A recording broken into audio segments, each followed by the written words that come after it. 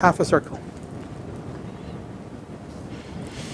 Yes? In terms of picking up the stones, is there like a recommended location for the sunnah? Like, is it recommended Muzdalifah?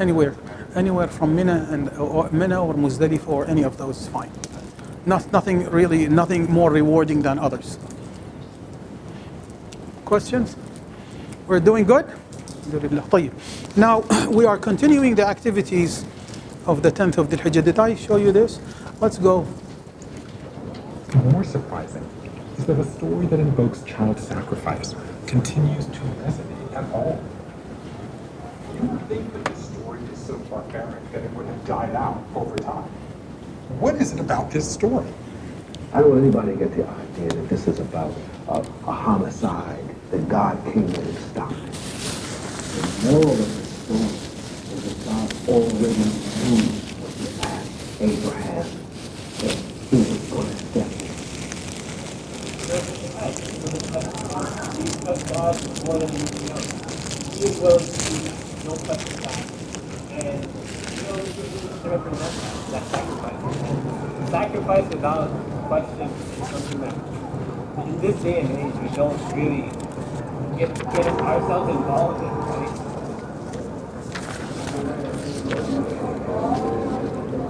It's early morning of the third day since leaving Mecca.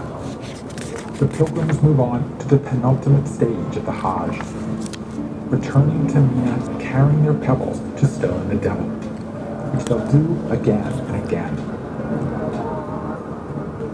Another vast multi-level building stands where Abraham is said to have confronted the devil. At the center of the building, three massive stone pillars. Today, they're more like walls that symbolize faith. It is symbolic, but it's also real. Because you are in that place. You're surrounded by stone. It's desolate, and that's where God is with you. And the Satan that you can't see, but he's always around, inviting you against your best interests. Once again, the pilgrims reenact the past, a reminder that everyone faces temptations every day. See, this is the pool that I'm talking about. Stones need to get in. Put your Satan away, and I can actually take charge of the situation.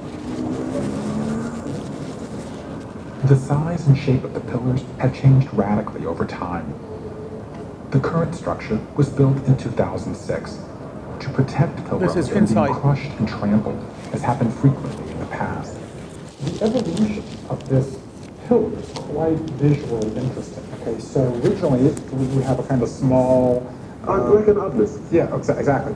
Then it evolves, and then you've got, it's a little taller, to today, where you've got this whole wall. The importance is not what is the shape of the pillar. It is, I am in the place of Abraham, and I am doing what Abraham did. And by the way, I like the way they changed the structure, because the obelisk, if you're on the opposite side and somebody missed a pillar, then you get hit with the pebble. Before the current building, the stoning was the most dangerous stage of the Hajj, and stories of pilgrims being killed overshadowed the event. Lots of people die here. Even if you are strong, if you are young, once you just fall down all of these crowds, you'll not be able to stand up again. Now look, it's completely different. Good.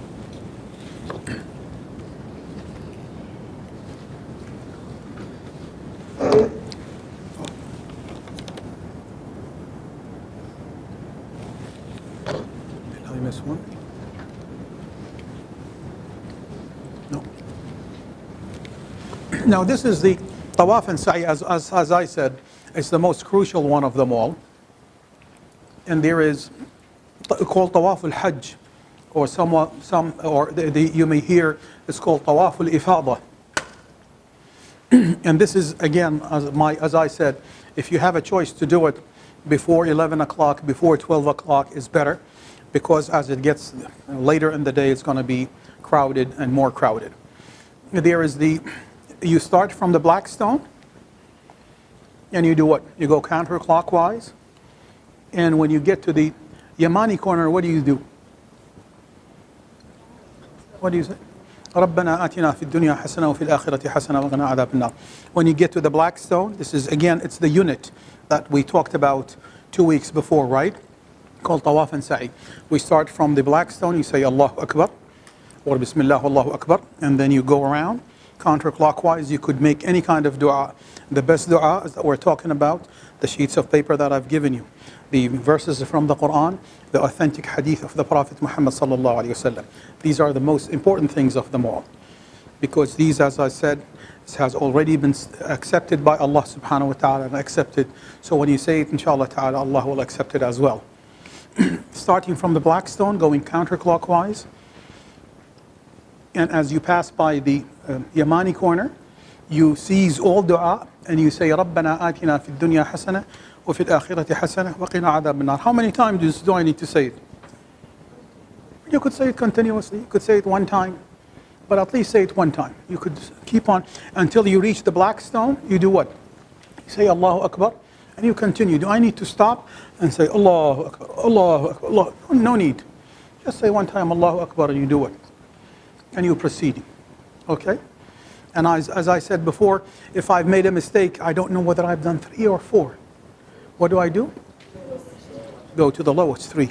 And I need to be in a state of tahara, meaning I have to have wudu. If I slept on the bus, before getting there, what do I need to do? You need to stop and make wudu. If a woman has been on her period, she need to do what? She does not need tawaaf, to do tawaaf.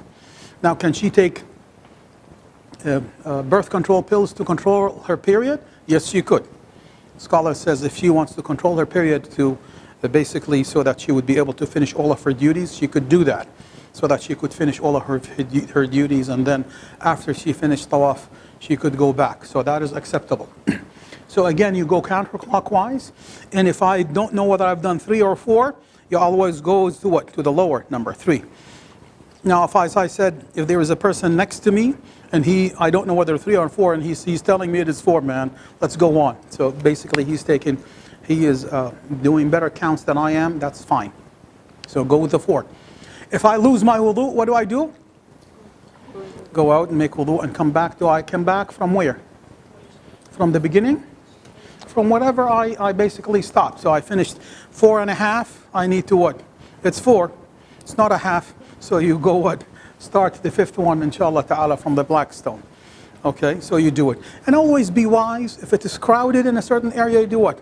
You just take the way out. If there's a space, just come closer, because as you come closer, it does what? The circle becomes shorter. If it's too crowded, don't crowd yourself. Your whole objective is really not to finish the rounds, is to do what? To make it right, that Allah subhanahu wa ta'ala may accept it. To make that dua with Allah, to have that engagement of your heart of what you are saying and doing, inshallah ta'ala. So that's my objective. After I finish 7 rounds, there is always what? 2 rak'ah behind the Station of Ibrahim. Station of Ibrahim is right here. And I could pray any place, anywhere out here. It could be on the 2nd floor, that is fine. And then when it is finished, the 2 rak'ahs behind the Station of Ibrahim, what do I read in them? First rak'ah, what do I read in it? After al-Fatiha, قُلْ يَا أَيُّهَا الْكَافِرُونَ. The 2nd rak'ah? After al-Fatiha, you say قُلْ هُوَ اللَّهُ أَحَدٌ. After that, there are many water containers of Zamzam. Drink Zamzam from it as much as possible. You could even pour it on your head. It is it's the best water on the face of earth.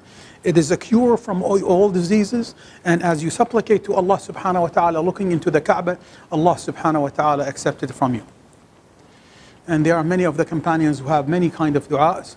Abdullah ibn Umar, which is the son of Umar ibn al-Khattab, he used to stand up, and he normally when you drink water, you need to sit down and you have 3 sips.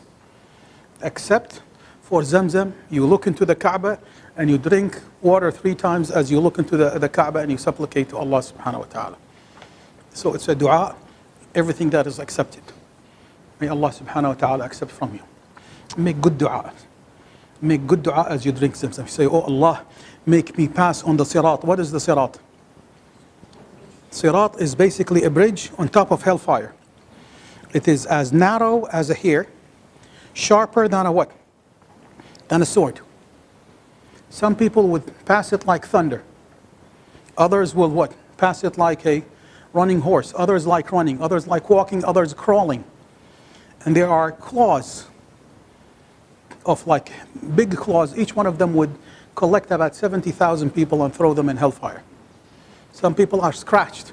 So when you make dua, say, oh Allah, make me pass over the sirat like thunder. You go, and you go on the other side. So make something that is worthy of your dua as you drink zamzam, as you supplicate to Allah subhanahu wa ta'ala. All of these things are really have a great reward in them, and as you would. So around the Kaaba, this is a true photo of me going, but it's during Umrah.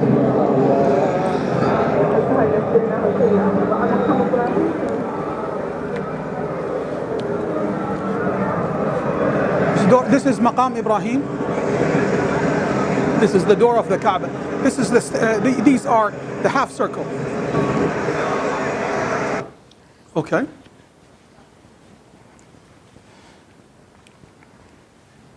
And this is the Tawaaf.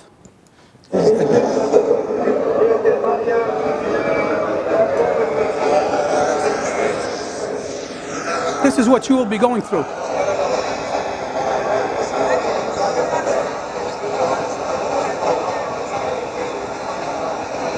You see tens of people keep on going around you and before you and switching and turning closer to you, men, women of all races, of all colors.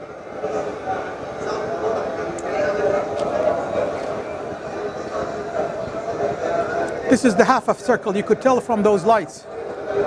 This is the Hatim.